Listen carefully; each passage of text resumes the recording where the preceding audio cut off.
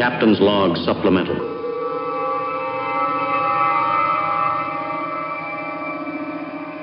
Hey Jeremy, you know those race cars you're busy building?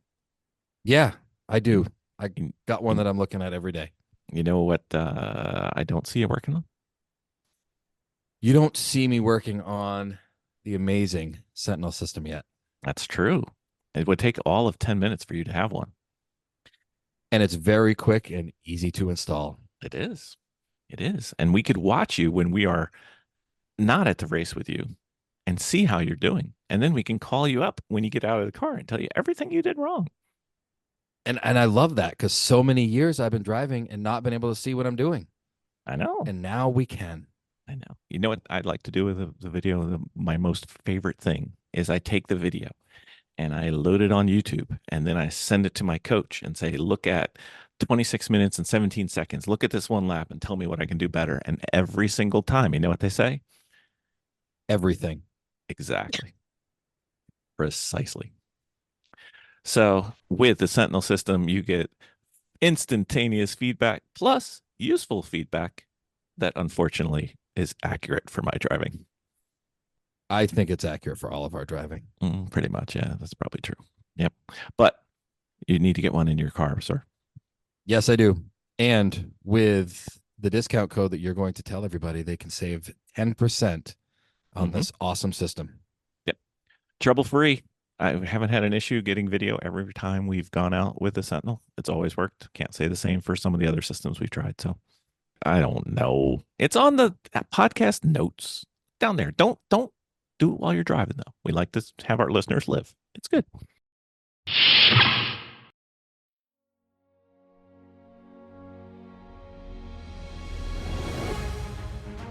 From the great halls of their house, there are assembled three who hope to one day be the world's greatest driving heroes.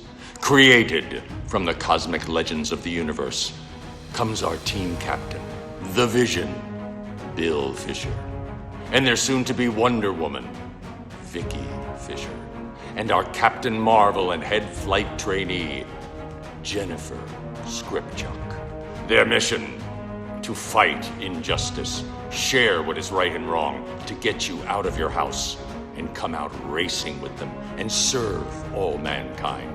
They are the Garage Heroes in Training Team.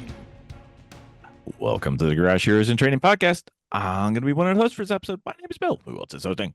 I'm Vicky. Miss Vicky, returning guest.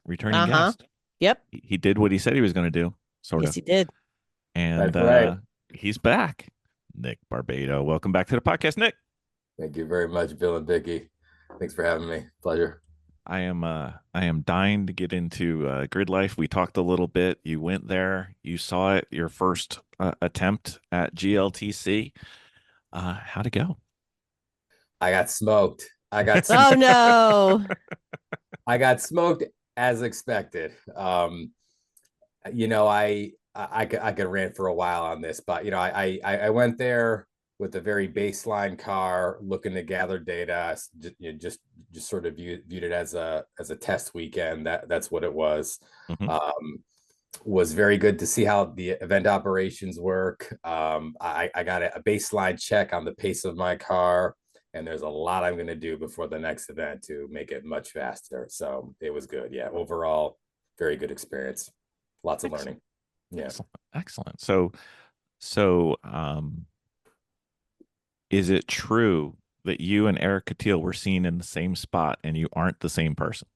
Yes, that's true. And it's funny because I didn't realize that people, I've had people mention before that they say that we look alike, and my buddy Ronnie's wife, Avetta, said that I look a lot like him. And then looking at him, I said, oh, you know, he's a pretty handsome guy. Okay, I guess this is a compliment. Yeah, that's when they call me Mel Gibson. I just say, yeah, that's fine.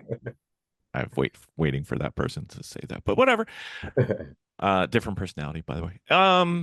So you got I think you had some mechanical stuff go on, but how was the race? Your car went there basically in NASA trim, not GLTC optimized.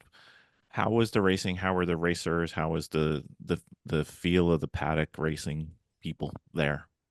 It was good. Each series has its own feel, its Mm-hmm. own culture, its own rules. GLTC, has its own culture and its own rules. I think overall the drivers are very quick, very talented. I would say it's the same, particularly towards the front, it's the same level of driver I've seen, amongst the fastest NASA drivers. One thing about I think with GridLife is the cars and the drivers at the top. They've been racing in this series for a while, and those cars are extremely well developed. They are extremely well optimized. Really? Series, yep. Those guys know the rules. Little things like how the small wing, large wing, aero rules work, the points penalizing, the different power rules, the flat tuning, the aero setups. I could talk to you about a million things, but they are driving those cars very well, and those cars are very much maximized and optimized for the series. I know that there's at least one car there that I know has well over 100 grand into it. That's in the top 10. There are some very serious builds there, and that's cool. The rule set, I would say, is, well, I mean, you could even see what they say, right in the competition set. Their focus is primarily on, let's put on a good show and have clean racing. I think they try to make a good shot at parity, but parity, I would say, probably comes second to that. I think the NASA rule set is let's say, better at getting parity, but it's two different cups of tea. The GridLife series, what they offer in terms of the show, in terms of drones, live coverage, announcers, the video broadcast, that's awesome. The big fields are awesome. It was a great experience, and I definitely look forward to coming back at Lime Rock. So, what were some of the things that you would do different? So there's a few things. The first thing is the power. So the short explanation is NASA uses an average horsepower calculation. It's horsepower under the curve, and so that sort of mitigates the effect of and minimizes the need to flat tune, a conventional power curve kind of going like this, whereas the GridLife series only works off basically peak horsepower. So you are incentivized, and I would say required to, if you're going to be even have a chance at competing at the front, more of a flat tune, because they go off that peak number. So I will be bringing a GLTC specific tune for Lime Rock. I don't want to give away the ghost completely, but it will be like the equivalent of adding 20 NASA average horsepower, which is a lot. Yeah. Wow. Yeah. So, and my experience on the straights was, it felt like I was a spec Miata racing in the ST5 Lightning group. I was like tied to a stump on the straights. Once the tires came in, and that was interesting with the Kumos, which were a little bit scary for the first 3 laps, but once they came in, were quite good, and the cornering speed was there. But yeah, that would be the first thing. And then there's a reconfiguration of my aero setup. So basically, again, the short version is you can run like a small, medium, or large wing. You could run a spoiler, not a wing. You get penalized more for the larger wing that you run, and you get penalized for running a spoiler or a front splitter. And the rules have changed quite a bit over the past few years, whatever. But I will be reducing my wing to get some significant power and weight back to a medium-sized wing, and very likely removing my front splitter, as well as adding some big downforce gaining front louvers, fender vents, spats, a whole bunch of other stuff that's a little bit more, secrety stuff, but legal, to definitely get the car better, less drag, more downforce, basically make more downforce than I do already at the front without the front splitter, and gain even more horsepower back, in addition to that 20 average that I'm going to tune in. So just optimizing the car for that, and then probably doing some stuff with my tires, things like shaving them, maybe running a little bit wider wheel, which I know is worth like let's say like a few tenths per minute. I think that the street tires that have the treads really need that. So that and a few other things, but those will be the big things, which I think will bring lots of pace. I don't know if it's going to be enough to really compete at the super front, P1, 2, 3, but Mhm. You know, I think top 5 is maybe realistic now at Lime, especially at Lime Rock. Did you put your car on the um, dyno that they have? Because I know that there's some offset issues there that I think that one reads lower than some others. Yeah. So I was about 7 horsepower under, you know, which was not bad, and that was on my one single best run. The other 2 runs were like 10 horsepower under. And also, I don't want to give away too much here, but uh, there are rules regarding, or in NASA, there are rules regarding what gear you must dyno in. There are no such rules in GridLife. You can Right. run in a lower gear, and often the lower gear, my car will dyno significantly less horsepower. I dynoed in the highest gear possible and was, you know, 7 horsepower, like I said, at the most under. I probably will be able to add another 4 horsepower on top of that by not having to dyno in 5th gear. But I did dyno in 5th just to make sure I was compliant. I found out afterward that I didn't need to do that. Uh, Yes. all right. Last one about racing. Sure. You've got experience in NASA. You've actually won your level at NASA Nationals. Mhm. How would you compare NASA region versus NASA Nationals versus GLTC driver wise? Or you didn't get a whole lot of track time, but Yeah. I would say I would say NASA Nationals and GridLife Touring Cup, like, you know, the top 5 to 10% drivers in every class at mm, NASA are the same intensity, same, you know, level of skill as the, you know, top 10% in GridLife. mhm. Um, I think that the best drivers in those series are excellent drivers, and my kudos and respect to the guys at the front of GridLife as well as the guys at NASA. The cool thing again about GridLife is you might even have more drivers just by volume there because the class is so big. So maybe you're getting, you know, whereas maybe a normal NASA Nationals class, you have 5 guys that are at that level. You know, there might be like 10, somewhere between 10 and 15 guys, I think, at that level on maybe any given weekend, depending on which, you know, race you're going to with GridLife. But you know, my impression was it was a deep field of very good drivers, Mhm. guys who were, you know, really working hard to maximize their cars, some great competition up front. And yeah, it was cool. Okay, so I lied. There's one more question. Sure. So I love the classification that I'm about to bequeath unto you, and you can define it as you wish. But keeping in mind that my long-term stretch goal for my wheel-to-wheel career is to not finish DFL in a GLTC field. And I'm not counting beating somebody who broke. I'm counting like on the track. There's a classification of driver that I love, and there's a few people that I know that definitely are. Where would you put the alien classification? Because there's a certain amount of people who drive like aliens. I think you're probably an alien yourself. So from your planet, you know, what do you think the aliens are in the respective fields? Like in NASA's probably 5 to 10, somewhere around there, because the field's a little smaller. Yeah. You know, so I don't follow that much a lot of the other NASA classes. Mm-hmm.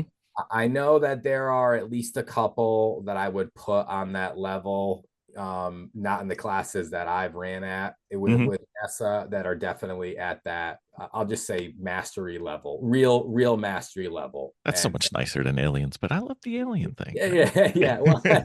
Well, you know, when not the sidebar, but when I think of Alien, I think of the original Alien from Autocross, a guy named Mark Daddio. Mm-hmm. Yeah, Mark. Still going strong. Yeah, I I think he's the greatest autocross driver of all time. Period. Mark Ooh, Daddio. there's He is. there's fighting words. We have another podcast who portrays it to be someone else. He is he was a mentor and an inspiration to me growing up. I learned a lot from him, his level of mastery, and I rank people as your performance over time, not at Mm-hmm. one of them. Sure. Mark has consistently been at the top or fighting at the top in the most ferocious and competitive classes, not the cupcake show up and win classes. He's a monster. He's a competitor, extremely intelligent guy, very fast driver. So when I think of Alien, I think of a Mark Daddio type Right. of driver. I don't know. Maybe there's 5 drivers in NASA that I would put there. There's some drivers I've seen that compete in GLTC that are on that level that come and race occasionally. That's a category that I'm very particular about who I would rank in that category. And I don't like to maybe offend people if I don't consider them in that category, because there's a lot of very, very talented drivers, right? But but I mean the Alien guys are just, and girls are just like, okay. Yep. And I think that is a combination to reach that level. I'll speak from my experience. Not that I'm attempting to put myself on that level or not, right? But like, of the 3 of us, you're the closest, I mean. So I would say there is something that you're born with biologically, that if you're not born with it, you're never going to get there. Sorry. And combination with hard work and training and practicing and et cetera, et cetera, et cetera. I think it's a combination of both the things. You can't just be born with it and be that way. You have to have to be born with the potential and then develop the potential. Yeah, the way we have a question in the Fast and Furious time where we go over, like, what do you think it is, skill versus innate talent? And I'm on the side where anybody can get to like 90-95%, and then that last little bit, I'm not sure practice is going to get you there, but you can get pretty damn high just by working at it. I agree with you. And that's why I look to the driving simulator. I think if you really want to find out if you're an alien, spend a couple of years in the driving simulator and see how good you can do amongst the very best in the driving simulator. And then that's going to answer your question. That's the easiest way to do it. The other, I would say the 2 biggest, well, I would say there's probably three categories in terms of like biological predisposition. The first thing is vision. The second thing is reaction time, and maybe the vision also comes with like spatial awareness, your ability to perceive depth and target tracking recognition. And the third thing is just intelligence, raw, analytical ability, whether that's wrapped into IQ, I don't know. But I'll tell you, I was blessed with better than 20/20 vision.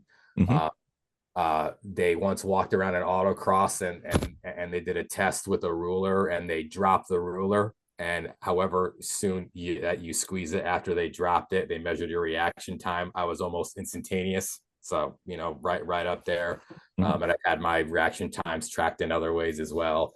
And then the intelligence side of it, I think you need to understand vehicle dynamics, setup. We'll pick a guy like Tom O'Gorman, for example. Tom is a very fast driver. He's an excellent driver. I knew him racing back in autocross back in the day. But one thing you'll see about Tom is he never shows up in a slow car. If you look at all the fast guys that are consistently fast everywhere, they come with equipment all the time that allows them to do their 100% and show what they have, aside from, doing a test event, whatever. Yeah, right. But setting a reference route for somebody, Yeah. So you have to be a little bit tenacious, and you recognize how important the car is, right? Because it's like, you could put Michael Schumacher or Ayrton Senna in a Williams, and they're going to finish 17th or 18th place, and you may never know how good Michael Schumacher or Ayrton Senna were if all they drove was a Williams. We have to remember this is still racing, right?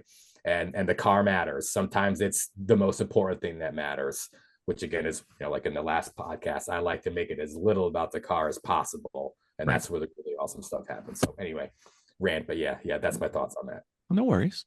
All right, one more GridLife thing. Sure. Paddock vibe, atmosphere. Paddock vibe.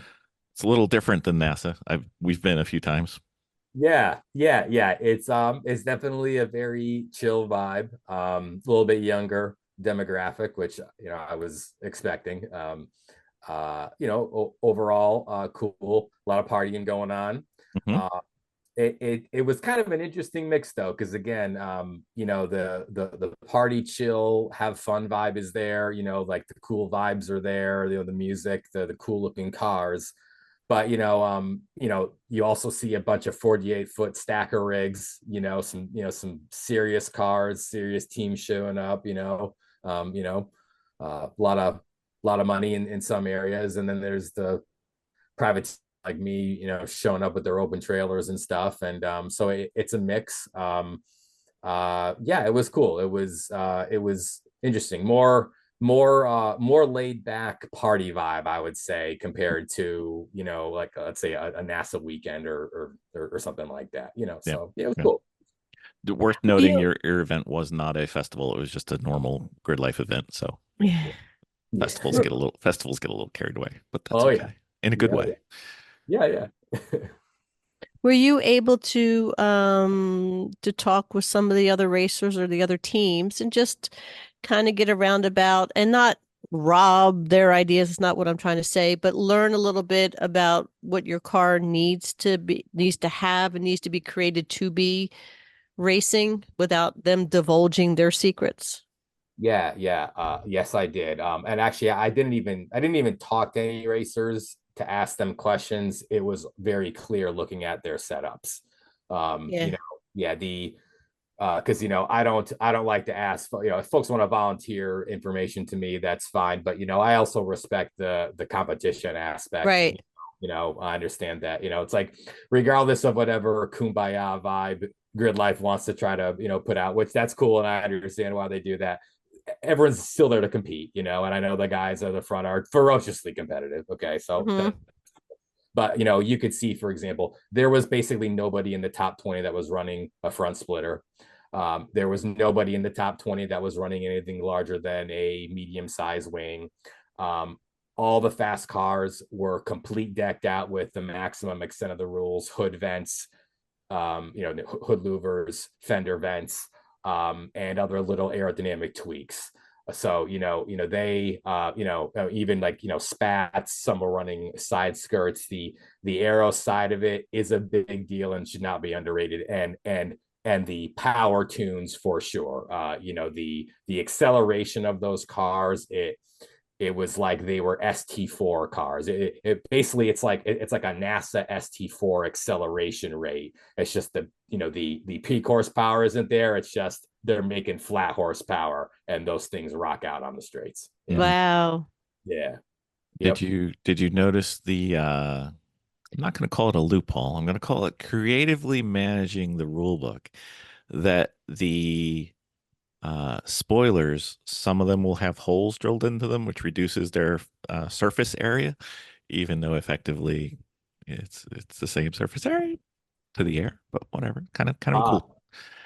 that's I'd heard about stuff like that, although I didn't particularly notice that, but I also wasn't looking for it. But Hmm. that's very interesting. That is very, very interesting. So That you've got a square area, and is, if you take holes out of it, you have less area, and you can have yeah, a yeah. And the air doesn't really, if you choose your hole spacing and size right, the air doesn't notice. You that's st- right. so anyway, last grid life one before we pester you because we got you on and we're gonna ask questions. Yeah. Your next one is Lime Rock, correct? Lime Rock. Yeah, August 16th, 17th, I believe. Yep. So is that going to be another sighting uh exercise, or are we gonna try for top 10, top 20 ish? Yeah. My goal, I think for sure, which I will know in the next couple of so I'll have all the prep done in the next 2.5 weeks. I Hmm. will know basically how I'm going to finish in about 3 weeks with local testing. But I will say what I believe that the time was worth in terms of what I was leaving on the table. I will be disappointed if I'm not in the top 10. Ah, I think that top five is actually realistic. We're going to see how that shakes out with testing and stuff. Who awesome. knows? It could be some magic, at Lime Rock, because of what I'm bringing in. I know the track and a couple of other things, some setup stuff, but yeah. So I'm shooting for a strong top 10 or better, and let's see how it goes. Yeah. So when we go to the event, should we bring any liquids that have bubbles in it, and perhaps? Yes, you absolutely should. All right. Let's do some celebrating on Saturday if there's cause for celebration, or maybe I'll drink my sorrow. We can celebrate anything hey, that grass is it's green. Look at that. We should do that. All right, very well. All right, that is awesome. That's all right. Yeah. No, yeah, it'll be a good time either way. Yeah, always. That's a good thing. And the car show they have there is pretty nice. If anybody's in the area, definitely should stop by. So, Mr. Barbato, you were very foolish and said, "Hey, ask me anything you want to know." And I said, "Oh, I know what I don't know. I just don't know what the answers are." So I forwarded you a couple podcasts we've done. We've had 2 parts towards car setup, and it got all into theory and some of the logic behind what you do and what you tweak. But we never got to actually setting up a car and pretending that we have a car that is basically a converted street car. And then you take it to the track and you find out that, wow, that's not good, because usually it's an understeering pig at best. Sometimes it's like a golf ball. You just can talk to it all you want, but it just keeps going in that wrong direction. But whatever. So I thought maybe we could finish this episode with a little bit of what knobs to turn. Maybe I don't know if it's best to do it in terms of what order to do them, or I always view it as some of the knobs are like the gross tuning and some of them are fine tuning, and maybe I don't know which example is better or which one resonates more with you, but maybe at least get a little bit of your thoughts involved with that. Like, don't do this before you do that, or if you do this, it's going to swamp that, or I don't know. That's why I'm not good at asking these questions. So please say stop, Bill. Stop. No. This is good. This is a great line of questioning, and one which I'm very passionate about and could talk to you for hours about. I got extra tape in the computer today. We're good to go. So we'll just talk fundamentals. The first thing 100% with any race car is choosing your spring rates. There is a thing called suspension frequency or spring frequency. And I'll talk in layman's terms, high level quick, but basically you just look at the weight of your car, the weight over each tire. You look at the motion ratio of the spring, which is basically how far it is from the suspension pickup point inboard to the center line of the hub. That's your motion ratio. So it could be a factor less than 1 if it's not right mounted at the hub. And so knowing your weight and your spring rate and your motion ratio, you can calculate your spring frequency.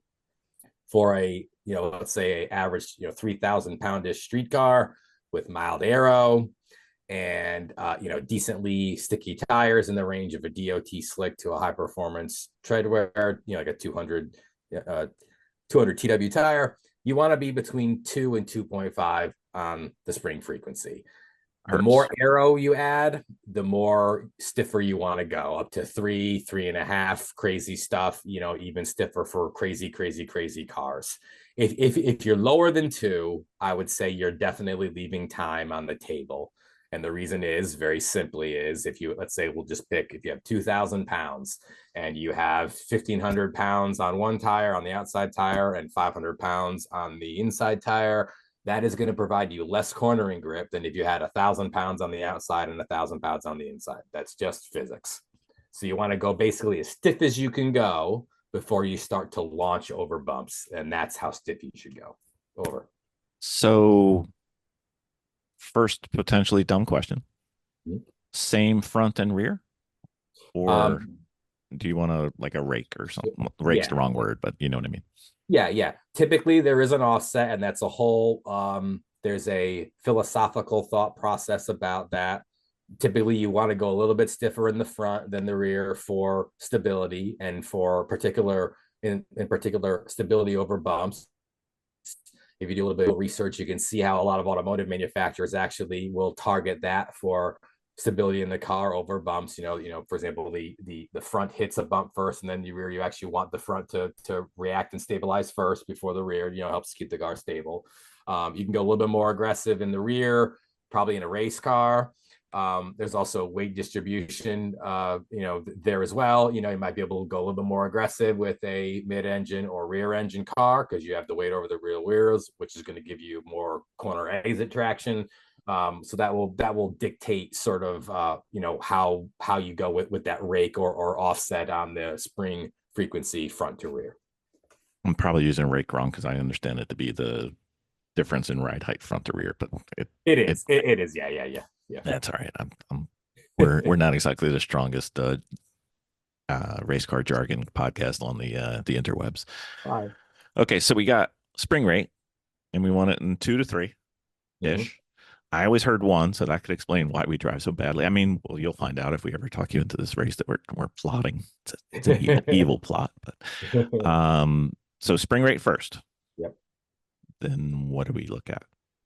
So the next thing would be either sway bar or alignment. But I would say if you have the sway bars chosen appropriately, which is really don't overthink that. Go online and pick a nice sway bar from a reputable sway bar company, and that's going to typically give you the range of roll stiffness that you need. And the sway bar should be used as a tuning tool once you set your spring rates properly. I would say the alignment, though, is the number 2 thing, and you want your alignment to be optimized for your tires. You want to go out and do a session. You want to take tire temperatures outside, middle, inside, look at that data. You typically don't want to spread more than 10 or 15 degrees Fahrenheit from inside to outside. Of course, if you are really, really hot on the outside shoulder, it means you don't have enough camber. And that is the single biggest factor in performance as well, is the camber. And then you want to augment tire pressure to be, I would say, getting a pretty decent spread from inside to outside is a good target, but actually what you really want to do is run the tire as low on pressure as you can before you get rollover. And rollover will be very noticeable in the car. It will feel like the tire is skipping or squirming, and deflecting over the surface. It won't be the best for tire degradation, but if you want the fastest lap possible, you go as low as you can before you get squirm. And that holds true for, let's say, 99% of competition tires. But don't go low enough where you roll them off the bead on both tires on turn 5 at Lightning. Oh, no. Oh, goodness, no. Oh, I hope it's going to end up in a wall. Did not. Well, turn 5 at Lightning, there's nothing. It's just dirt. Yeah. But it was funny. It was Vicky's sister's first time ever being on track, and I was instructing her, and I'm showing her what to do in both tires. Oh, poor thing. It was fun. She's like, I guess I'm going off the road. Everything that he just said, I have like that trigonometry symbols going all over my head, like staring at them. I'm going to have to go back and listen to this podcast again and break all that information down. Do you know how many podcasts you say that on? But you never go listen. I do have a little tip that's okay. That's sort of an easy button tip is, again, not all tires, but for the vast majority of competition tires, if you look on the sidewall, most manufacturers will have a little triangle. Have you seen that triangle on the sidewall before? Yep. You usually want to try to lower tire pressure until your wear is just starting to hit the topmost portion of that triangle. And that's usually just about the sweet spot for tire pressure, usually. So we had on Danny I'm blanking on the last of his name. But anyway, he's the president of Hankook Motorsports tires. And the RS4 is kind of like the default endurance tire, not the fastest one, but endurance tire. Or I recommend it for HPDEs because they wear like iron. And he said for a heavy car, you want to be in 34, 35 PSI. And for a lighter car, you want it to be in 30 to 32. Not trying to push the RS4s, even though I think it's the ideal HPD tire. Um, do you think that the tire manufacturers or reps would be sharing of that information, or not so much? Yeah, I think they do, and often they do. We'll just pick Maxxis tires, for example. They often release technical service bulletins, particularly for their tires that are intended for competition use. So the Maxxis RC1, for example, is the spec tire for, I believe, Spec E30 in NASA. And so they give recommended camber settings, tire pressure settings, tire temperature data, optimal range of data. And so manufacturers will typically be very forthcoming with that data. And so on the topic of pressure, though, I will say this is while those pressures might be very good, and for sure on heavier cars, that range of pressure will certainly work well. What I have seen typically, not always, but typically, is manufacturers will tend to actually recommend a little bit higher pressure out of safety, because they want the tire to be well supported and to be durable, right, and minimize the chance of durability issues and safety issues. Typically, you would probably be able to go lower than that and get more performance out of the tire. Okay. Yeah. Okay. And since they were like ridiculous, you could, if you get a little more wear, then that just means you have to use more than one set a year. But right. It's ridiculous how those tires wear. Unless you flat spot them, those things are forever. Okay. Yeah. So we got spring rate, sway bar, alignment, camber primary, and tire pressure. And we did that. And then what else would you look to do? Well, so there's shocks and then aero settings. So I would say this about shocks, which is, of course, a whole episode in and of itself. And although I know a lot about shock tuning, I don't want to say I'm an expert on shock tuning, but I know a lot about shock tuning. And I will say this is just like the spring frequency number. Our experience as human beings racing for 100 years now, we know where the optimal spring frequencies are for race cars. We also know what the optimal shock damping ratios are for most race cars. And the answer to that is 65% critical damping. I'll say it again, 65% critical damping. That means it's slightly under damped.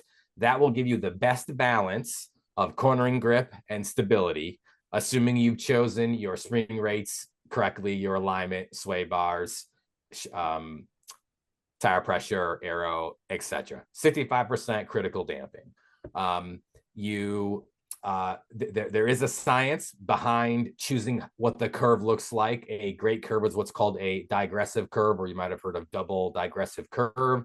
I don't want to make people's eyeballs gloss over, but basically you want to have the shock providing a lot of shock force, both in the compression stroke, or the rebound stroke, while bleeding off pressure. So bleeding off resistance in the higher shaft speed. So typically the body control, balance control shaft speeds for compression and rebound are in the 2 to 3 millimeters per second range. Whereas the higher speed, 5, 6, 7 plus, is basically how the car handles bumps. So you want to have good shock and spring. You want to have good energy control, good body control in the lower speed range of the shocks, but not have them so resistant to force in the higher speed so that it can absorb bumps well. And that is the sort of the beauty and the magic in well-built, well-valved shocks. Okay. So playing, sometimes as the host of the podcast, you have to pretend that you're dumb. To help the audience understand and learn. So obviously, I'm doing this for you. So if a car comes factory with a certain set of shocks, coilovers, whatever, they tend to be fixed, or maybe a switch on the dash for some MRF shocks and things like that. Then your first step is to go to a single adjustable, usually. And the first step in both, I think, capability and cost. And then there's doubles and triples. And I think I've heard 4s and 5s. Mm-hmm. To this point, our team has stuck with singles, because if we start getting any more things to dial in, we will just have more things that we get wrong. philosophically, because if we have a knob to turn, we will turn it the wrong way. Or so is that kind of the understanding of this generally? And then are we, I know that you get, especially in shocks and coilovers, the financial aspect of it seems to be incredibly steep, not in terms of dollars, but in terms of what you get for your dollar. Like if it costs twice as much, it performs more than that. So I want to go to these higher capability ones, but I also don't have a clue how to set them up. Perhaps if you were to come to a raise. Oh, wait, sorry. Sure. I think I see where you're going with this. Something to do with bit race later. Maybe. I mean, we're looking to Okay. support all forms of racing, Sure. So what did I get wrong there? Yeah. All right. So, so I will say, just as an example, so I've run everything from Penske triples, which means you have a low speed compression, a low speed rebound, and a high speed compression adjustment. You can go more than that.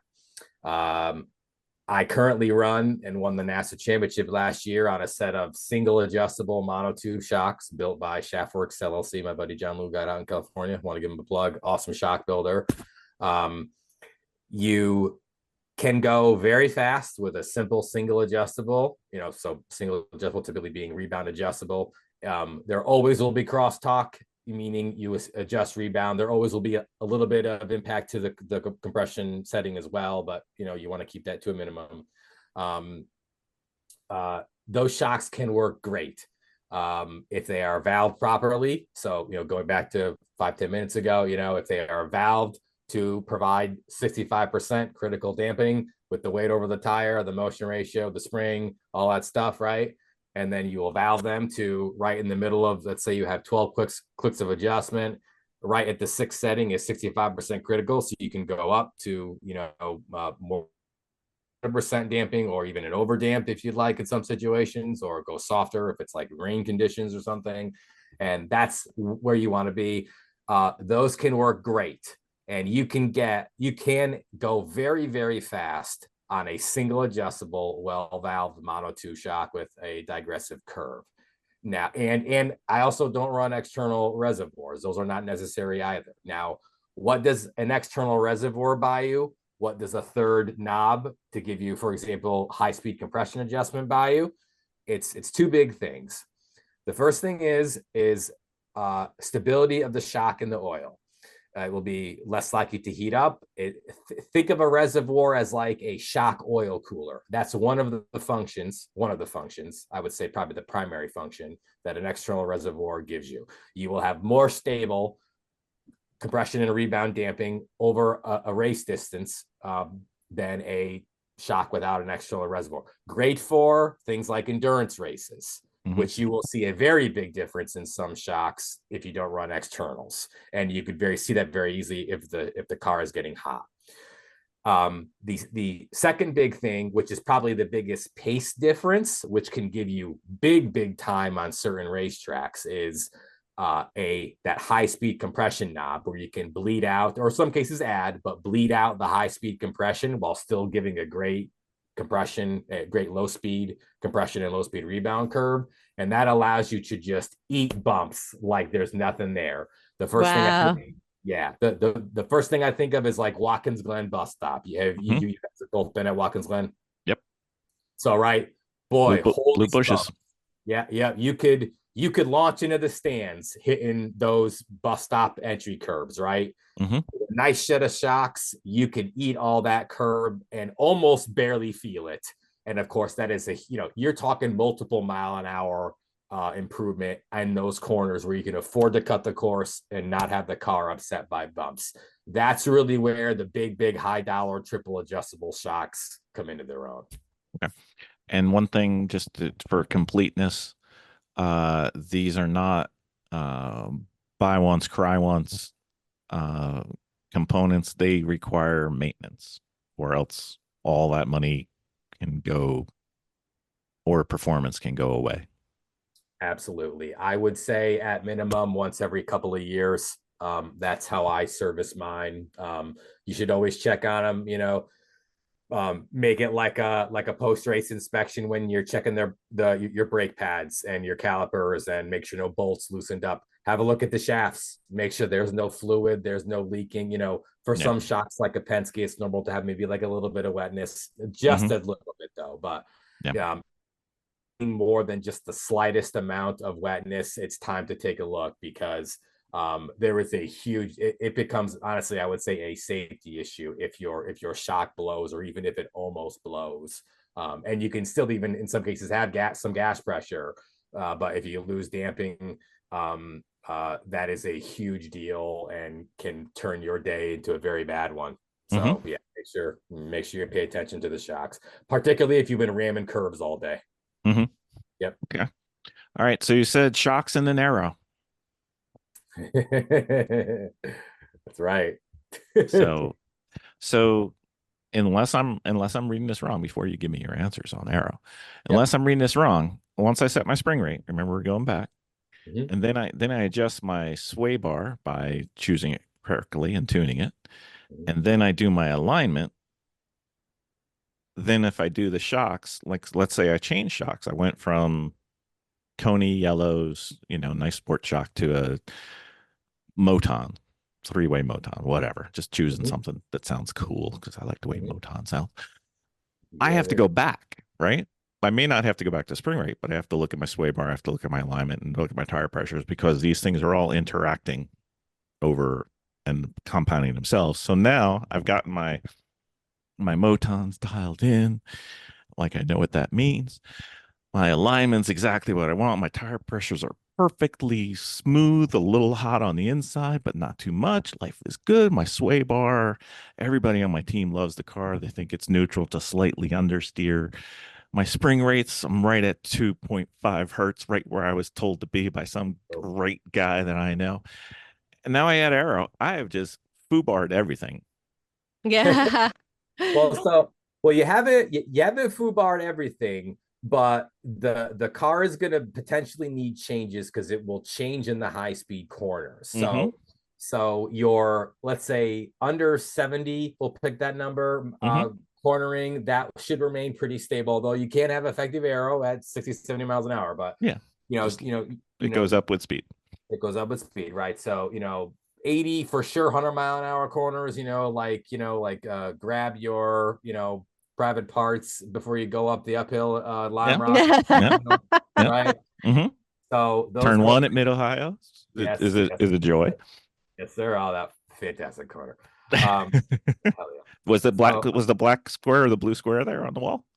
It was. I was actually going flat till like under the bridge, and it was like just the slightest brake, like left foot brake tap to tuck the nose, and that was it. Yeah. That was the turn-in spot for me. That was always like, okay. Oh yeah, right. Yeah, awesome.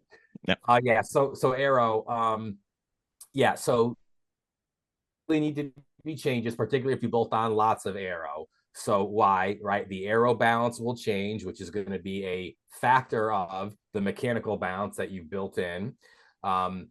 Particularly because what's going to happen, right? The more Aero that you pack on, the more that the dynamic balance at higher speed will change, right? If you have more front downforce or more rear downforce, right, the car may develop a push, the car may develop some looseness at higher speed. Additionally, what's going to happen is the suspension is going to compress more, and don't underestimate that. It will, if you could, put on like Gran Turismo real-time ride height sensors, you will see the suspension packing down a little bit more. So what's going to happen, right? Your effective alignment in the middle of the corner has now changed. If you have a double A-arm car, you'll have more camber.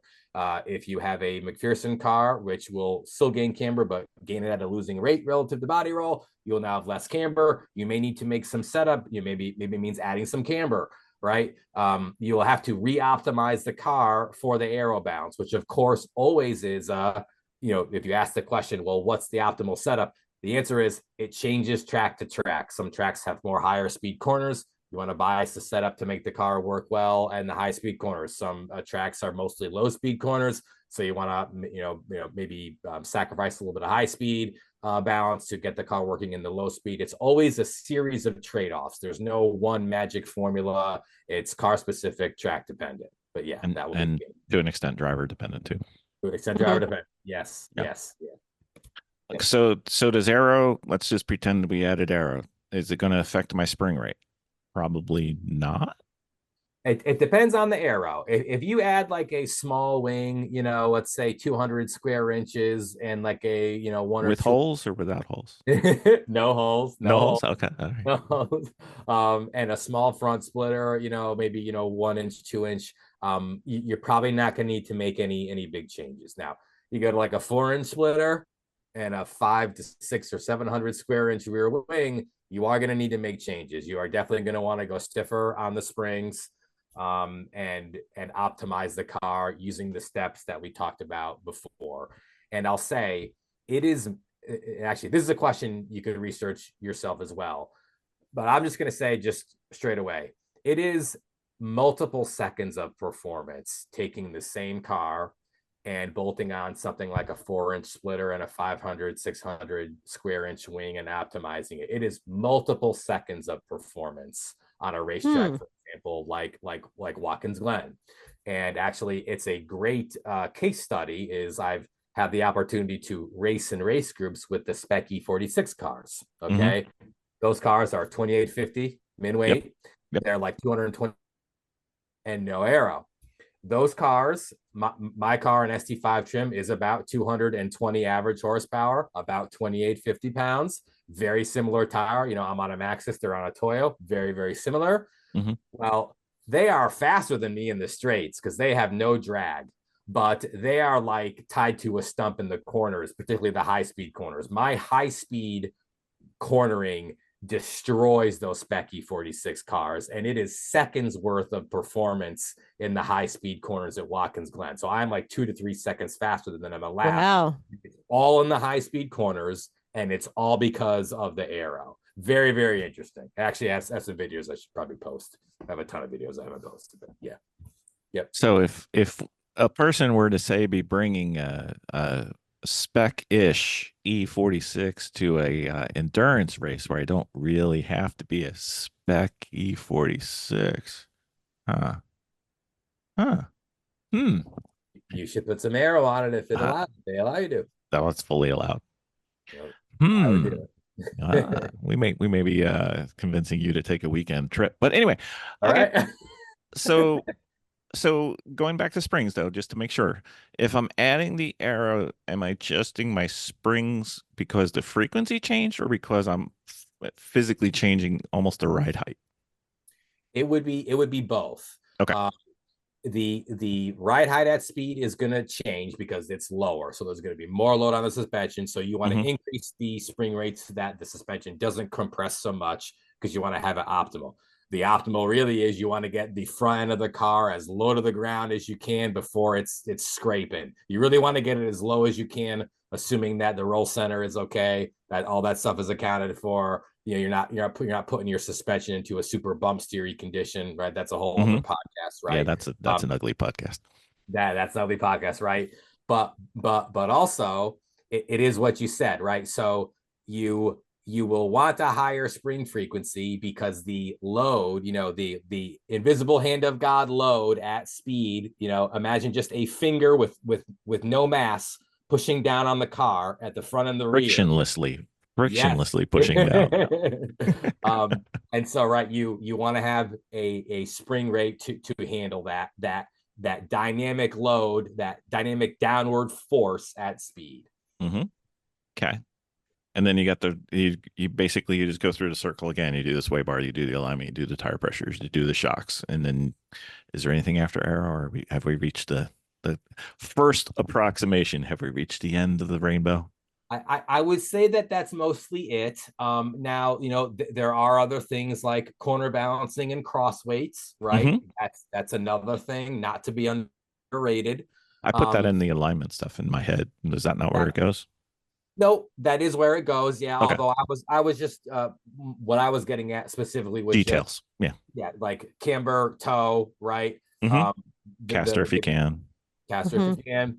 But yeah, into the alignment phase of it, make sure you don't forget to try to get a good cross weight. If you can get it within like 51% or less, obviously 50-50 is the best.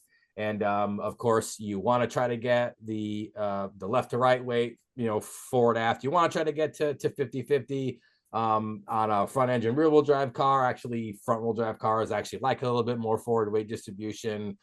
Rear engine cars are right. That's also a different formula. But yeah, don't skip on the corner balancing. That's another big thing to get right, particularly if you have a stiffly sprung car. So don't forget to do your corner balancing before you do your alignment. Okay. All right. So did my dumb questions miss anything that I should have asked? Because I am still reading books on this and understanding not all of it. That's really the biggest stuff. We could dive into a bunch of other little tiny things, but yeah, that's really the biggest stuff. And I want to just key in on one thing that you said about like it's driver dependent, right? So it always goes back to the driving, right? If you are over driving the front of the car and driving it into understeer, and you say the car's understeery, well, that's not the car's fault, right? That's your fault. Mm-hmm. So what you really want to try to do first, fundamentally, is optimize your driving, right? Master the driving, learn to feel just the perfect amount of steering angle to where you're right on the limit of the front, but not overworking it, get the rear working, and then, make sure you don't forget the correct driving style, because if you can adapt the setup to a really good driving technique, that's where the magic pace comes from. That's where the tire longevity over a race distance comes from. That's where the minimizing the tire wear in an endurance series comes from. That allows you to focus on your racecraft. All, the car has a more stable balance from the beginning to the end of the stint. All these things, right? It's all intertwined. It's all part of the package, as they say. Okay. I've got one more question then. If we reach the sort of end of this, well, the part one end, let's go with that, because I'm sure the hole goes much deeper. Miss Vicky. Yes. Percentage of what you understood of what we just talked about.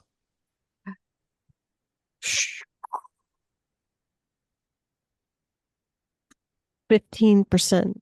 All right, that's fine. But that's okay. No, that's more than okay. So here's the thing. I'm a part swapper, and I'm beginning to be a diagnosing person now. So this area is a completely different realm. It's not that I can't pick it up. It would just require me to learn car language on this, because that's been from a person that's budding into the mechanical realm. She did not grow up. There is a racing. car language that I also have to work around at the same time, more than just going in there and doing the job. Like, I could do the job, I just don't understand what I'm doing. If I try to explain it, I'm like tripping over my own tongue trying to explain what it is.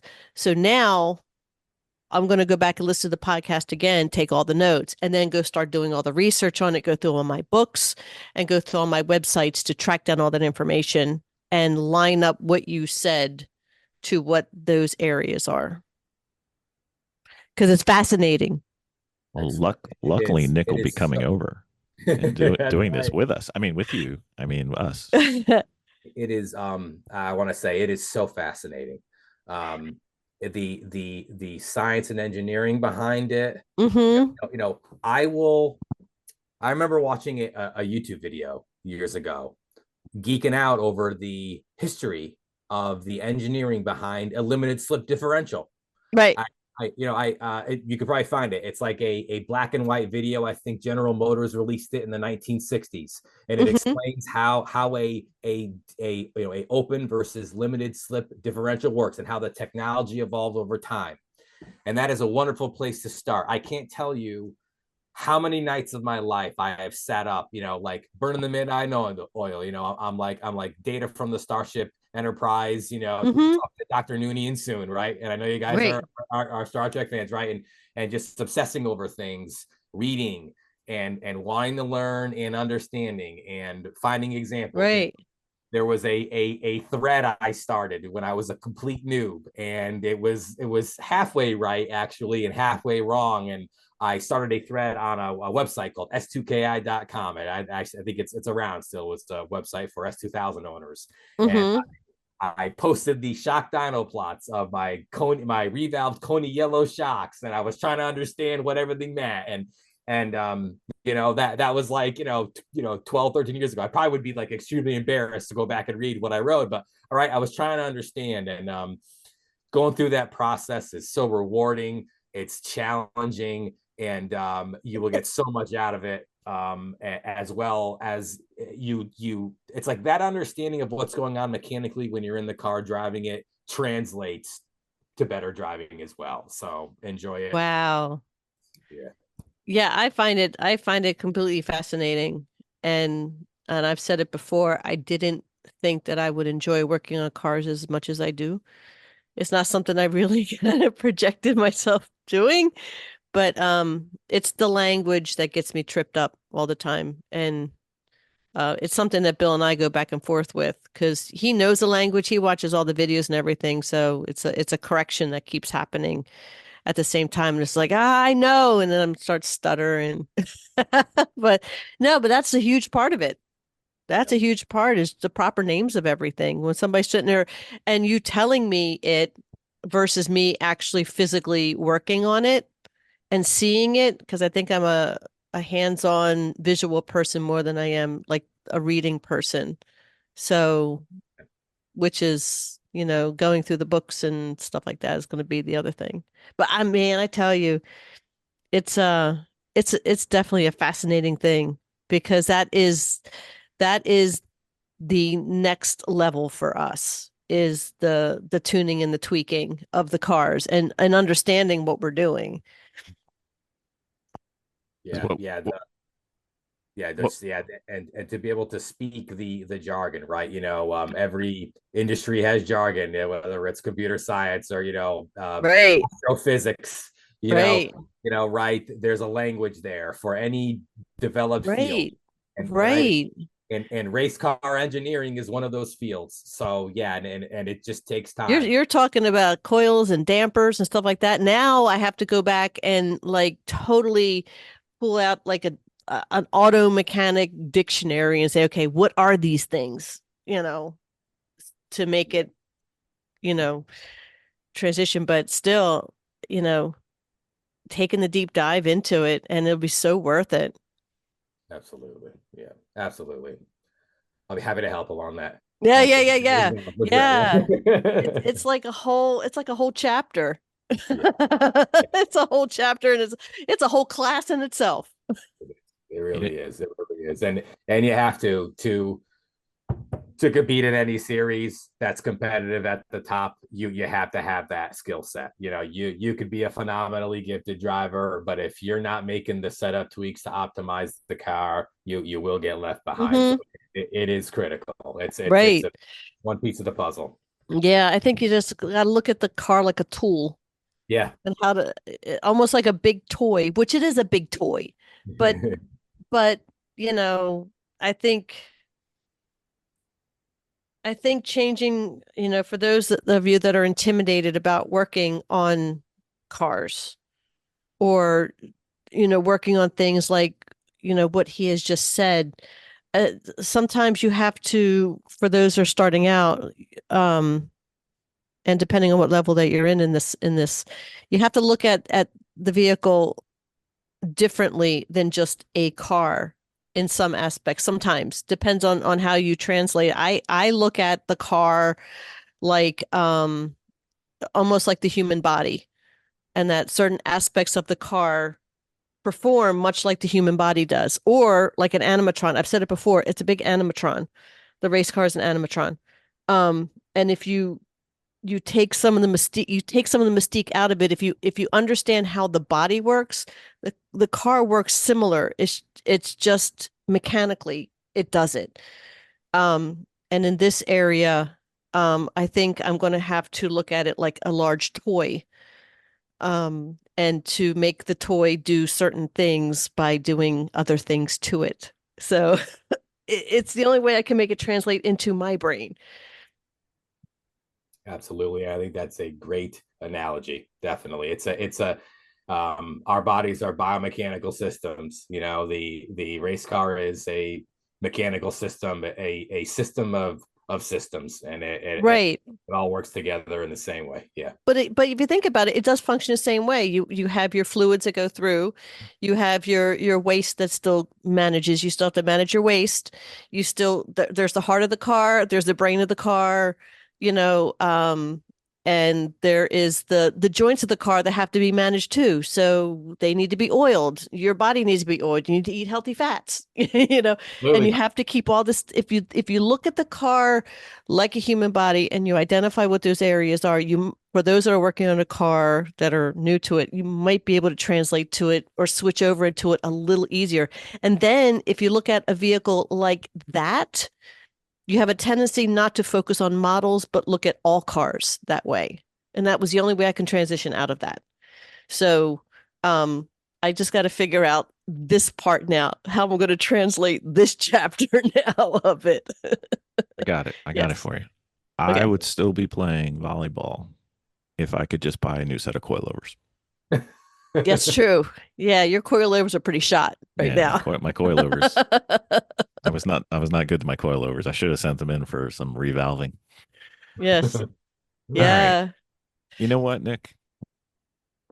We've asked all the hard questions. Mhm. You've earned some of the easy ones now.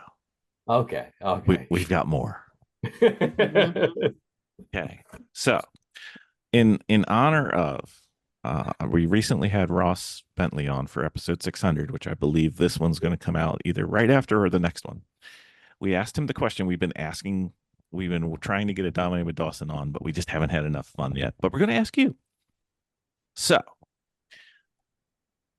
what would be the ideal racing series in your mind if you had the ability, funding, support, sponsorship?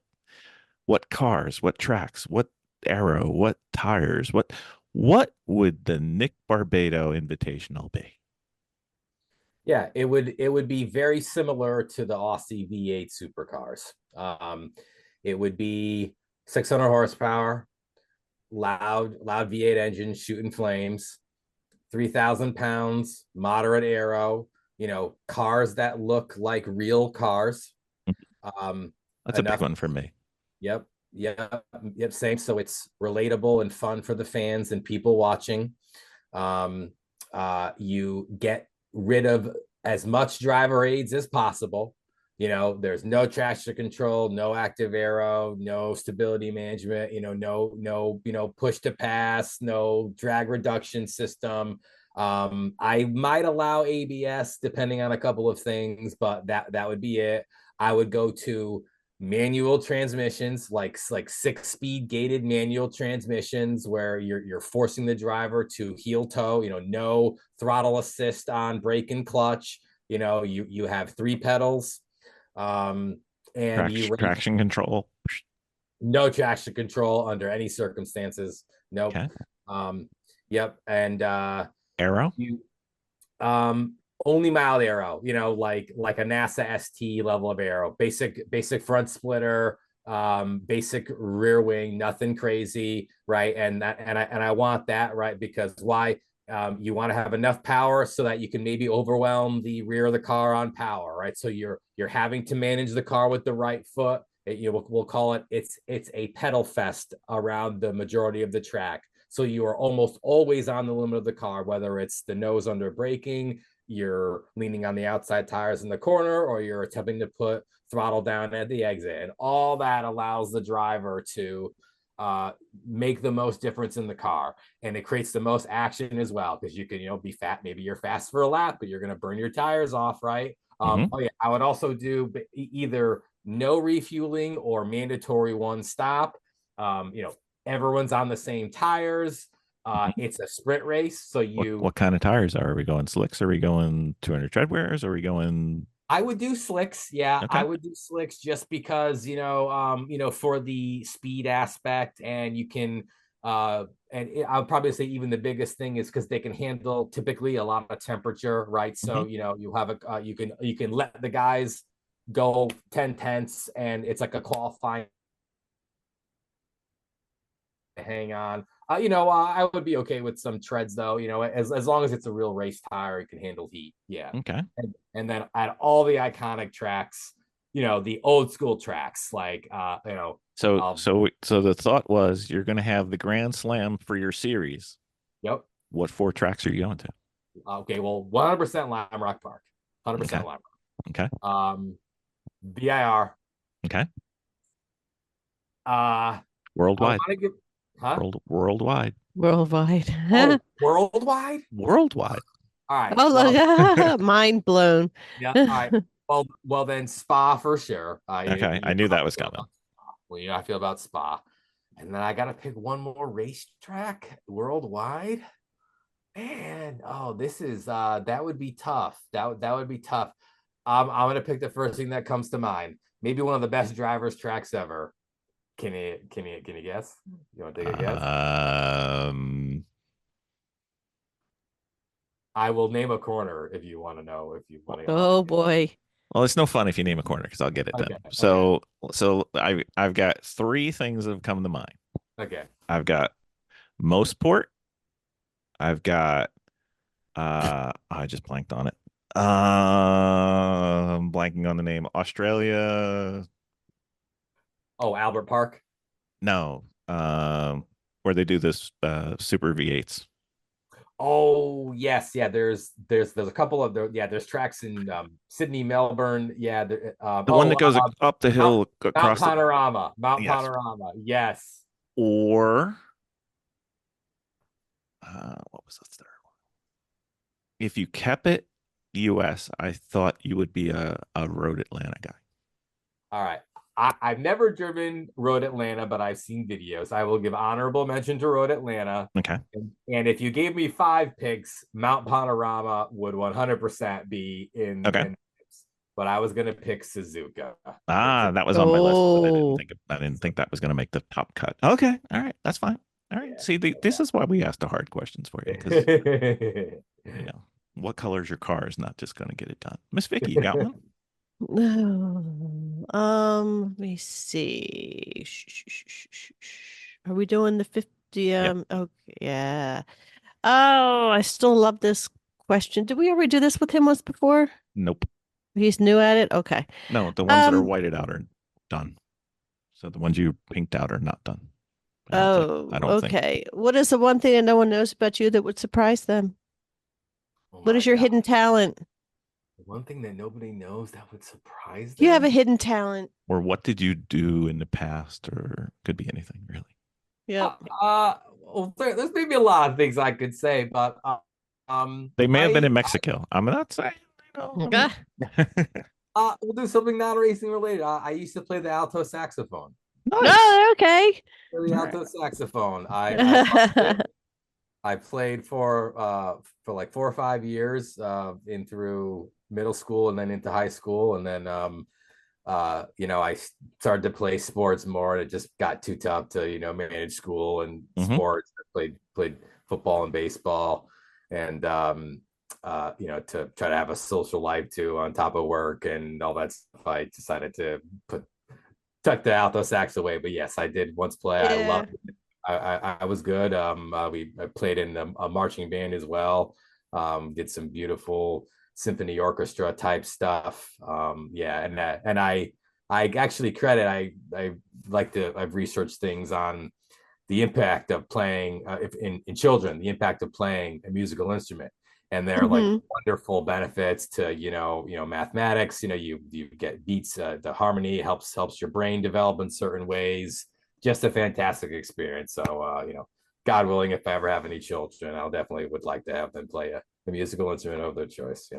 And I love jazz too. I can't name anyone other than like Kenny G or something. But if I put on like the music choice hits on the TV background, it's usually smooth jazz, just to kind of chill out a little bit. Kenny G. Kenny G. You might want to come up with a better example for the next podcast. It's up to you. I picked Kenny G because one of my extended family members a long time ago once like they got me a cassette tape. This is back in the I'm really dating myself here. The cassette tapes one of the first cassette tapes I ever got was a Kenny G cassette. So You're ready? You're ready for? We're going to do a cassette story for you since you brought up cassettes. So, Miss Vicky and I were dating at the time, and she had just gotten her new car, and I thought the stereo needed a slight oomph. So I decided to surprise her by throwing in a stereo. And like 4 days after she gets the stereo, somebody breaks into her car and steals everything, the radio, everything that was in her car. There was two things left in her car. Wait. They not only broke into it, they stole the car, and it was found a couple days later. Yeah. So the car is like stripped, like not parts stripped, but anything that was in the car. Like if there was dust in the car, they took the dust. They left two things. One was one of those prayer cards from a funeral, and the other was her Michael Bolton cassette tape. Michael Bolton. Oh yeah. Yeah. That was a long time ago. Oh my God. So everything else. They took everything. I mean, you know what? At that point, I was happy to get my car back. Of course, that was the third stereo that got taken out of my car. Mm-hmm. And but I couldn't stop laughing because the car was okay, but I'm like, the bastards. That's funny. I'm sorry, that's funny. every other cassette tape she had, gone. Michael Bolton, everything was gone. Sitting in the passenger seat. No problem. I always think of the movie Office Space every time I hear Michael Bolton. Have you ever seen that Oh my gosh, that was so funny. So funny. All right, Nick, I've got the question. This question is either spectacular with the answer or a total dud. So much like me. What is your race car number and why? And do your cars have names? Oh. No, they don't have. I'll answer the second question first. No, they don't have names. I've never really named any of my cars. However, that doesn't mean that I don't maybe names? do my well, I perhaps don't mean literally that cars have souls, okay, but metaphorically speaking, like any object that is a tool for your goals and your something you experience wonderful memories in, right? Maybe I do view some of my cars in the past and even today with a certain kind of soul, Mm-hmm. So and I do feel a certain personal like attachment with them. I have felt a little bit heartstrung every time I had to say goodbye to any other cars, and I try to make sure that they go to good owners, almost like it's a pet, like they're going to go to a good home, because we can't disconnect the fact that these things are parts of our lives, the memories we make in them, and they last for a lifetime, right? So I do sort of feel that way about automobiles, and in some more than others for sure, but I haven't named them, although I did create a nickname for my BMW, because it's bumped and bruised, and it was in a little wreck before I bought it. I call it the Millennium Falcon because it's the fastest hunk of junk in SD5. Oh, that is pretty good. So yeah, that's not a name. That's just a silly nickname. So so no, I don't name cars. And what was the first question? Car number and why? Oh, car number why. So no,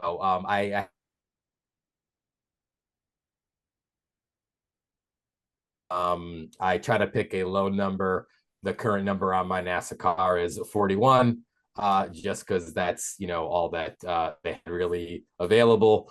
Although it was funny because I did post up the number at last year, and I said, guess how old I am, and I just put a number. I took a little photo of the number on the side of the car, but yeah. So okay, all right. Like I said, it's either a great story or nothing. Miss Vicky? Yeah. Yeah. All right. Sorry to disappoint. That's fine. It's one of those you don't know until you ask. Yeah. So what is that car when you were growing up that you, whether it be in your family or a neighbor or an uncle, that sticks out the most? That you're just like, you're a little kid and you're going, oh, that's cool. That's cool. Well, yeah, well, I'll tell you some. I'll just tell you that the first thing that popped into my brain. So I am definitely sentimental with some 80s and 90s stuff, right? And my uncle Bob, he took me to a lot of races. He was into dirt bike racing at the time, and actually, like one of the first memories I have as a kid was him letting me drive his mid to late 1980s Toyota pickup, very similar to the one in the Back of the Future movie, you know, the Mm-hmm. Marty McFly. A taco? And I just will never forget the sound of this truck. And he had me sit on his lap, and I got to drive around on semi public roads steering, you know, and he did the, you know, the brakes and throttle and stuff. So and I've always loved those 1980s Toyota pickups. I would like love to own one someday. So but yeah, that was just a wonderful memory that I had, being able to drive that awesome Toyota. Just the look of it, you know, the styling of the 80s, the analog gauges, just, you know, the you know, really long shifter on the floor. Yeah, that was a really cool vehicle I remember from my youth growing up. Wow. Yeah. Okay, you put up with dumb questions from us for almost an hour before. I'm going to give you the first time we've ever asked this question on the Fast and Furious Storytime questions. If you had a podcast, who would you want as your first guest? And they can be alive or dead. What is my first guess? Alive or dead? Wow. Oh my gosh. That would be a very, very hard question for me. You can give me a Mount Rushmore. I'm good with that. Yeah. Well, if we're talking race car drivers, It's your podcast. I don't know what you're doing a podcast on. it's my podcast. Oh my gosh. Well, I'll just give you the first name that came to mind, which maybe isn't necessarily the first person I would choose. All right, after me then. After me. So probably two people. The first person that came to mind was Sir Sterling Moss. Oh, very nice. And one of the reasons why is because I just view him with so much respect for what he accomplished, the type of driver he was, just surviving, like not dying in the era that he raced in. Yep. And his demeanor on track, he was just a gentleman. And you know, like doing things like one of his championships where he like I forget the exact story. I enjoyed it and read it, but it was like he like voluntarily forfeited some points or argued to have points reinstated for some other guy, and they ended up winning the championship. And of course, he never won a championship, so he's the champion without a crown. But it was like it mattered more to him, the integrity of what he was doing, and him winning something on merit or not, that was more important than winning. And I have tried to adopt that philosophy myself, because I it's like the saying goes, it's like how you do anything is how you do everything. Mm-hmm. I sort of view it in that light. Wow. You know, it's just very the whole honor and respect thing to me, it's like it's very important. So and also Sterling Moss, when I was autocrossing, I used to autocross a lot with the New England Region SCCA. And what you did every year if you won your local class was you competed basically in a runoff. It's called the Sterling Moss runoff. And basically it was a competition. It was like a PAX competition and a consistency competition. I won it 2 years in a row in my Honda S2000. What you got for winning that was an actual trophy that Sterling Moss got. It was a sterling silver dish trophy mounted in like, you know, like rosemary wood, that he got for taking second or third place at the Nürburgring Grand Prix in 1950 something, I think, or early 60s. And you got to hold this trophy, and your name was I think laser engraved on it if you won it, and the person who won it got to take the cup home and put it on your, you know, on your fireplace mantle or coffee table for a year, and then you brought it back and you recompeted for it. And so I view it as like a great honor that, you know, I got to have my name engraved on a trophy that Sterling Moss won in a Formula One race, which also was super cool because I think, to my understanding, he melted down most of his trophies. Like I think he actually melted down most of his trophies, and like he like made a coffee table out of the silver or something like that, something crazy. And I actually had Pat Huxley go up to Lime Rock because he was like a guest at a Lime Rock event some years back, and I have a couple of cool photo books of him, like sort of like a biography of his career and everything. And I was able to get him to sign those books. So yeah, big respect for Sir Sterling Moss. Would love to talk to that guy in person.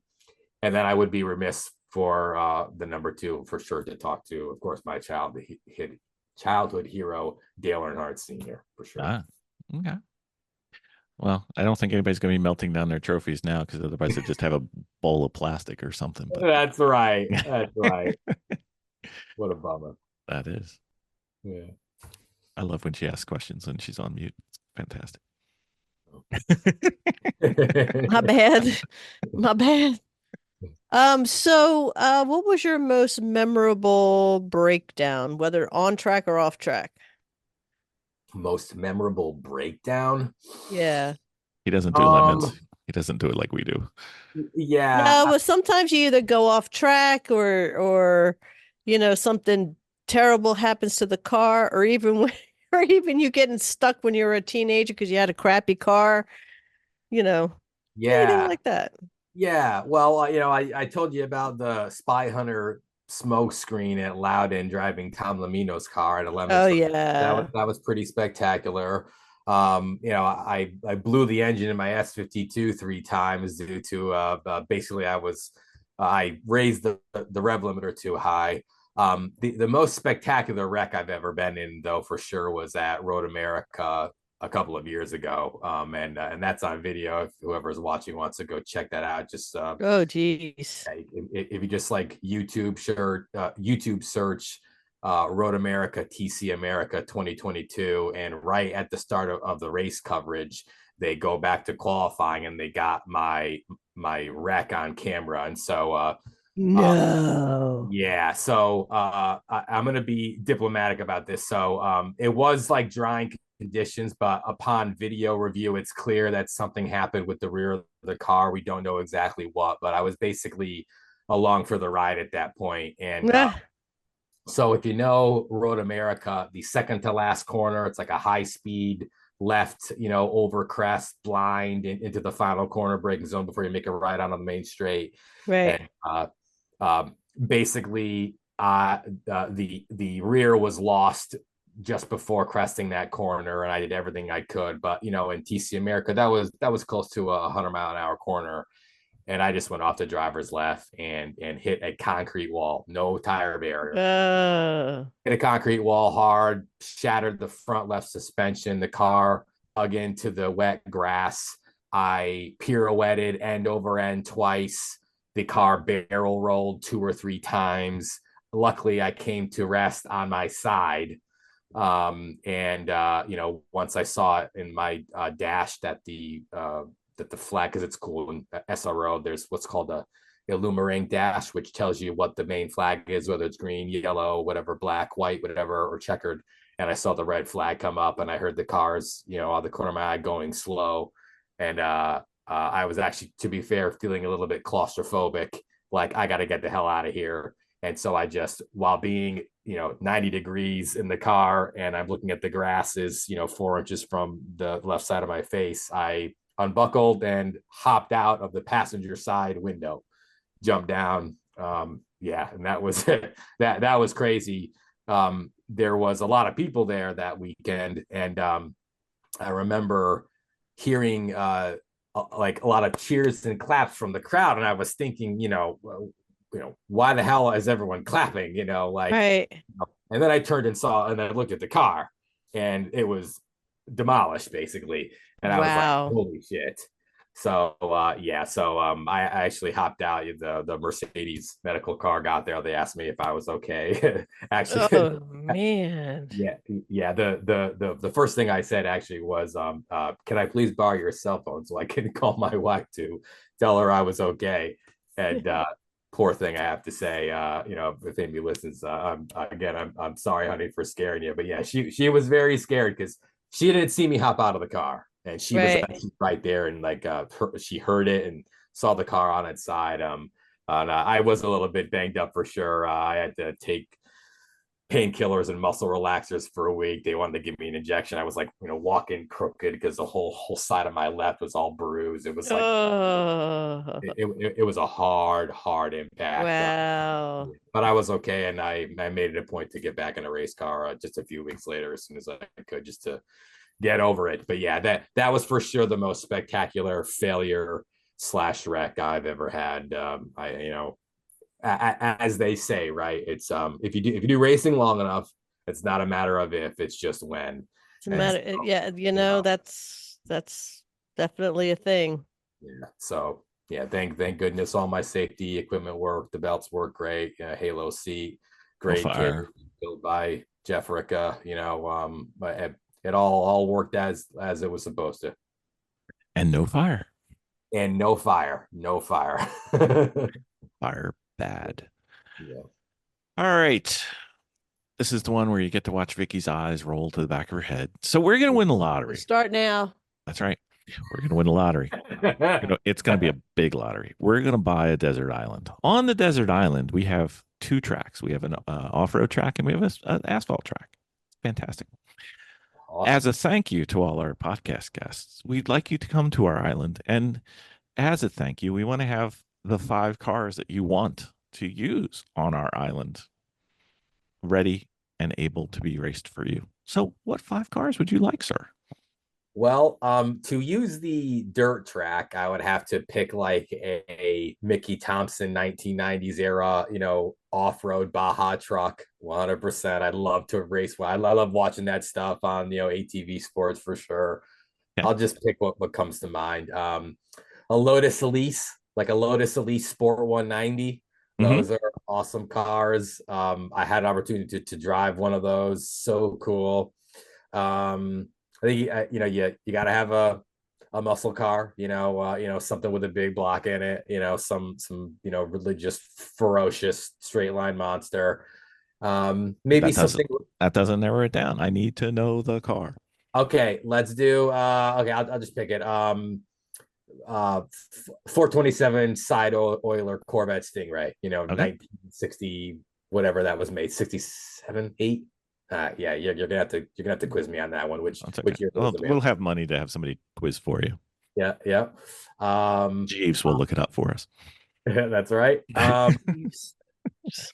One variant of Skyline GTR, either the R34 GTR or the R35 GTR. Okay. Just to experience that wizardry of all-wheel drive and turbo that Nissan produced. I think a very unique car, badass. Maybe we'll toss a supercar in there, Koenigsegg CCX, maybe something crazy. And then we got to stay humble, with something more mundane. So I don't know, why not an E36 M3 race car or something like that, Okay. That's yeah, fine. so there you go. All right, very nicely. Miss Vicky, you get the honors. Last one. All right. Well, So last one for this episode. there you go. Do you have any pre-race rituals? Do I have any pre-race rituals? Just stuff you tell yourself, or you just kind of do some stretches, psych yourself up. Say, I'm a big boy. Yes, I'm a big boy. I really don't think that's it. I'm pretty sure that's not it. Want the real honest answer? Yeah. Sure. Okay. The real honest answer is I thank God that I have an opportunity to do this still, because so many people don't. So I just remain thankful that I'm here, and just take a deep breath and enjoy it, and just try to go as hard as I can, make smart decisions and enjoy it. But I really do try to remind myself as much as possible to be grateful for everything, on and off the track, not to get too sentimental or teary-eyed, but that that really is what goes through my head in the cockpit. I think that actually goes through my head when I like load in the car for the weekend and when I'm sitting in the pre-grid, basically about to go out on track. It's just grateful, enjoy it, smart decisions. This will not last forever. So, Mm-mm. yeah, At just some point, you're all going to be looking back on it going, man, we had a good time. that's right. That's right. And honestly, that to segue, that's kind of how I've approached my life over the past 10 years or so is if I don't know what direction to go or what decision to make, I ask myself, am I going to regret not doing this if I don't do it? Because, right, we're all at some point going to maybe end up in a situation where, maybe all we have left is memories, and I want to be able to enjoy that. So, Good answer. sorry, it's Well, getting a little misty in here. But Yeah. well, not a problem at all. Yeah. Sir, people liked your first episode. They will undoubtedly like this episode. And if they want to keep up with you, how would they do that? Yeah, I think the best way, Instagram, nicholas.barbato. Check me out. I'm gonna launch the Barbato Speed Factory Instagram page soon with the webpage and all that stuff for the coaching and the maybe more tech oriented stuff. So yeah, best way, Instagram, nicholas.barbato. Look me up, please follow. That helps. Also on YouTube, Barbato Speed Factory. Look me up. Please subscribe for some cool videos and stuff. I do want to get more active with that, particularly towards the end of this season, and do everything from tech videos to walk arounds. I want to do like track walkthroughs, just a whole bunch of stuff I think folks would enjoy. So yeah, please reach out to me, send me a message, say hello. I love meeting new people, and yeah. Well, Great. when we meet you at the racetrack in person for once, uh, I can't make 100% promise, but I can get pretty close that your car will be featured on an upcoming This Old Car episode, which Oh, dear God. Get out of here. Oh, and him in this old car. that's right, This Old Car it's sweeping the nation on its second season. It's Oh, fantastic. God. It's fantastic. Wow. Yeah. Heck yeah. Yeah. She's getting up there. Should say Killing me. 1997. Yeah. That's yeah. You're killing me. Killing me, Smalls. That's right. Sir, always great. We've only got about 10 more episodes planned for you. So Looking Thank forward to it. you. Ready to rock. Ready to rock. Jeremy, you blew it. You blew it. You didn't come on. That's right. Thank you, Nick.